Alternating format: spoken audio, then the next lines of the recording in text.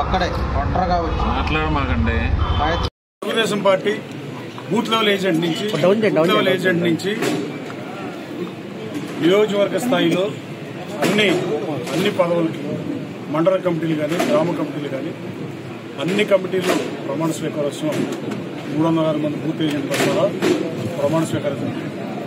గతంలో నేను వైసీపీ నుంచి పోటీ చేసినప్పుడు 270 ఓట్లతో ఓడిపోతే మొన్న ఈ నియోజకవర్గం పుట్టిన తర్వాత ఎప్పుడు లేనంత భారీ ఆధిక్యత నుంచి 37,628 ఓట్ల మెజారిటీతో నన్ను నా చిన్ననాటి కోరిక శాసనసభ్యులు వాళ్ళని కోరిక తెచ్చి గన్నవరం ప్రజలకి చాకరీ చేస్తానని చెప్పా.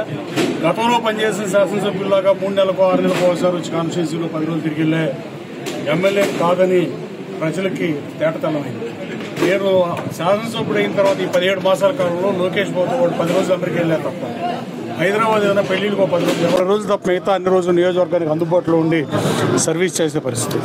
ఈ నియోజకవర్గ అభివృద్ధి ఎజెండాగా పనిచేస్తున్నా, పరిశ్రమలు తీసుకొస్తున్నా లక్ష్యంగా పనిచేస్తున్నా, నిరుద్యోగ యువతకు ఉపాధి అవకాశాలే లక్ష్యంగా పనిచేస్తానని చెప్పే అది చేసి తీరుతా.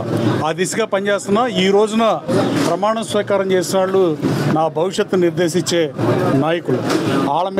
వాళ్ళతోనే 2029 ఎన్నికలకు వెళ్తాం. 29లో నా భవిష్యత్తు కోసం, తెలుగుదేశం పార్టీ భవిష్యత్తు కోసం పనిచేసే గురుతర బాధ్యత మీ అందరి మీద ఉందని చెప్పి వాళ్ళకి చెప్పడం జరిగింది. వాళ్ళందరూ దేర్ వర్కింగ్ ఫర్ పార్టీ. మిగతా నియోజకవర్గం ఈ నియోజకవర్గం వేరు. ఏ నియోజకవర్గం అయినా కొంత మేరకు అరాచకవాదం ఉంటుందేమో కానీ ఈ నియోజకవర్గ ప్రజలు పంచాయతీలతో దందాలతో ఇసుక వేసారిపోయిన పరిస్థితి. కానీ వాళ్ళు గన్నవరాన్ని గత వైపును తీసుకొస్తానని చెప్పా. మహానుభావులు పుచ్చలపల్లి సుందరయ్య గారు, కాకాని వెంకటరత్నం గారి స్థాయిలో చేయలేకపోయినా వాళ్ళ స్థాయిలో చేయలేకపోయినా మంచిగా చేస్తానని చెప్పి ఆ దిశగా పనిచేస్తున్నాం. అలాగే ఈ నియోజకవర్గంలో పోలీస్ స్టేషన్లో ఉండటం వేస్ట్ అని చెప్పా.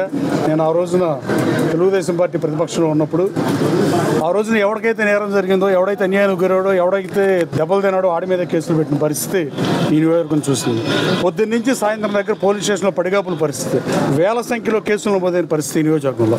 కానీ నేను శాసనసభ్యుడైన 17 మాసాల్లో నేను చెప్పిన మాట కట్టుబడి 100ల సంఖ్యలో కేసులు ఉన్నాయి. ఇప్పుడు అంతకుముందు ప్రతి సంవత్సరం వేల సంఖ్యలో ఉన్నాయి. మీరు ఆన్ రికార్డులు చెక్ చేసుకోవచ్చు. ఏ పోలీస్ స్టేషన్ కానీ, అటు పట్టమట కానీ, నున్న కానీ, ఇటు బాపులపాడు కానీ, ఏ ఆత్కూరు ఏ స్టేషన్ కానీ వెళ్ళండి. అలాగే గత వైభవం గన్నవరం తీసుకొస్తానని చెప్పా.